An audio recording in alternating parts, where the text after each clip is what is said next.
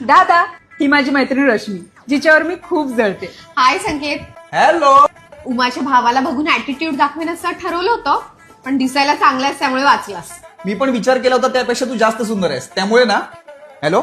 हा नाही, मी आज क्रिकेट खेळायला येत नाहीये कारण मला माझ्या बहिणीच्या मैत्रिणीला पटवायचं. तुझी सेटिंग तर मी हिच्यासोबत लागूच देणार नाही. लग्न बिग्न झालं तर रोज घरात तुमची तोंड कोण बघेल? तोंड तर मलाही तुझं बघायला आवडत नाही, पण काय करणार, शॉपिंगला गेल्यावर भैयाजवळ बार्गेनिंग खूप छान करतेस ना, म्हणून आयुष्यात ठेवलंय तुला. जेन्युअनली मला तुझा चेहरा रोज बघायला इतका आवडेल ना, कारण माझ्या बहिणीचं थोबाट रोज रोज बघून मला इतका कंटाळा आलाय.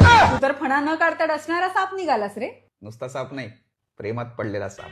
मग सरपटायला तयार राहा, कारण तुला तर माझ्याच पुंगीवर नाचायचंय. जर तुमचं लग्न झालं तर मी तुझी नणंद होणारे विसरू नकोस. लग्नात असे तमाशे घालेन की मी तुझी मैत्रीण आणि तुझी बहीण असल्याचं दुःख होईल तुम्हाला. मी तर बाबा बायकोचा बैल बनणार आहे. आणि मी माझ्या या बैलाला आई बाबांपासून वेगळं करणार. दादा, आतापासून बायकोचा असा बैल बनलास ना तर रोज घरात आपली भांडणं होतील. हा, मी दिवसभर तुमची भांडणं बघणार आणि रात्री मस्तपैकी जाऊन दारू ढोसणार बिंदास.